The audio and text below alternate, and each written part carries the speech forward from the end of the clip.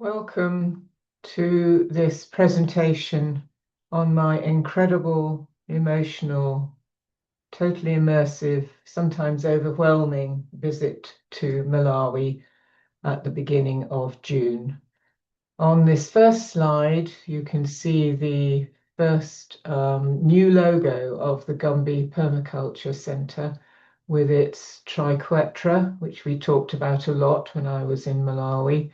The triquetra being a symbol which is understood in Malawi of interconnection, of unity, and of eternity, things that underpin what we are attempting to achieve together. So let me introduce you to the Gumbi team, the Permaculture Community Training Centre team, with whom I had a wonderful week together. And one of the main reasons for this visit was to enable me to spend time with these fantastic people. So from left to right, waiting for me at the airport, as you can see, is James Gamani. James is a beneficiary of the Gumbi Education Fund, our partners. His secondary schooling and university education were paid for by the Gumbi Education Fund, and he was the first ever boy from his community, person from his community, to go to university, and he now is the director of the PCTC team. Next to him is Chief Edwin Monpella, known as Mr. Edwin for respect, and quite often as the international chief, because he wrote some lovely words and sent a photo after the fantastic response from both the Gumbi Education Fund and the people of Alton to the appeal for maize at Christmas, which many of you donated to. And I submitted a press release to the Alton Herald, which was published. And since he's published in a UK newspaper, he is now referred to as the International Chief, which he loves. Next to him is Chipilero, known as Chippy, again a beneficiary of the Gumbi Education Fund, having his secondary schooling and university education, an agricultural degree, paid for by the fund. And he now is the operations manager. And last but not least, next to him is Martin, who is the lead farmer and trainer. And he and Chippy do a lot of the training of the farmers in the community together. But Martin is a brilliant permaculturalist. So it was really fantastic both to be met by them all at the airport, dressed in their new golf shirts with the PCTC logo, as you can see, and to spend so much time with them during the week. So the purpose of my visit was to celebrate 18 months of intensive work developing the Community Permaculture Training Centre. Perhaps just to explain, after John Vidal's death in late 2023, the centre struggled rather during 2024 and was losing its way. So by the end of 24, I decided I needed to get much more involved. And to cut a long story short, the team I've just introduced came together in the early part of last year, and they redeveloped the farm. We sorted out land ownership. We fenced it, put up a sign that you'll see in a minute. And by August, we were ready to train the first farmers at PCTC. So we trained a total of 30. Bullet point number 2, one of my objectives was to meet these homestead farmers trained in 2 one-week training courses in 25. And then I also very much wanted to get to know the wider community. We've mapped out 22 villages, 525 farmers, 3,000 people now the Permaculture Community Training Centre supports. As well as spending the week with the team, as I keep repeating, I also wanted to learn much more of Malawian culture as well, which I certainly did. And just to emphasize, this was an entirely self-funded visit. None of your donations were used at all towards it. It was incredibly well planned by James Gamani. I received a 3-page spreadsheet, all costed with everything itemized for the entire week. I was able to fund their costs as well. And we actually underspent at the end of the week and were able to put the balance to developing the centre further. This was an incredibly emotional moment for me. I sort of burst into tears as the car on the Sunday morning, the first full day of my visit, rounded a bend in the track. And there was the huge sign, Permaculture Community Training Centre, to greet me. You can see the ACAN logo. It's all hand painted, this, by the way, and the Gumbi Education Fund logo on the left. Next to that on the left, behind the elephant grass, is the big gates to PCTC. So, as I say, quite overwhelming it was to see that.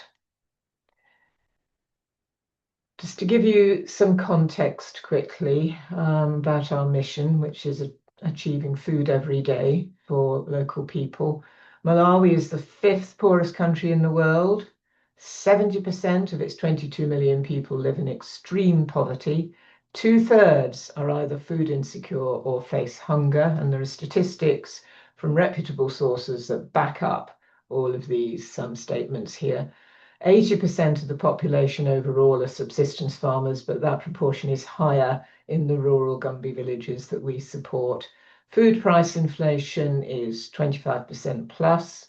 Climate change is causing crop failure due to extreme weather and drought, which most recently was very bad in the 24-25 rainy season, which is why they ran out of maize last year, and we had to fundraise for a maize donation.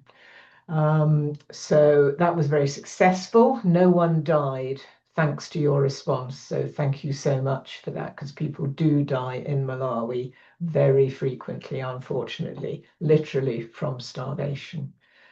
So for these reasons, this is ACAN's environmental justice initiative, giving hope to these wonderful people who do not deserve to be living like this.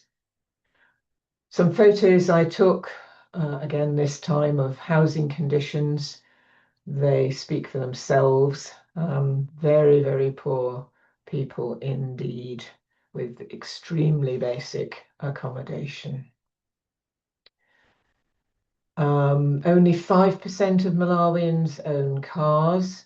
Most of the roads outside the 2 main cities of Lilongwe and Blantyre are metalled or tarmacked.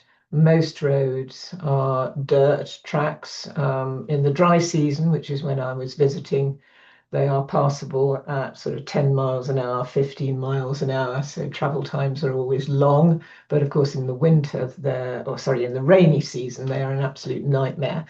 Most people either walk or cycle, a lot of cycling, carrying, as you can see, this lady here carrying grass, I think, for roofing.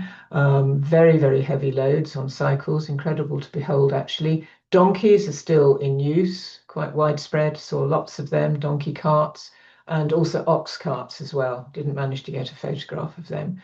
But you'll typically see a dirt road like this one with no cars and people walking up and down, carrying heavy loads on their heads, and also cycling.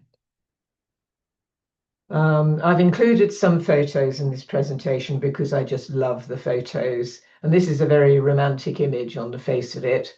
But it is actually 3 ladies, because we stopped to ask them, carrying on their heads large containers full of a special soil, which they've got from the wetland you can just see at the back here. And they're carrying it back to their homes because they sleep on the floor, they don't have beds. And this special soil is of better quality and probably has some resistance to invertebrates. So they're putting it down on the floor. I suspect it's got some clay in it, and it will set, because as you saw from my earlier slide, most of the village are dust baths, basically. Very, very dusty, sandy soil. So this is apparently something that happens regularly, that they get new soil to put down on their home floors to sleep on.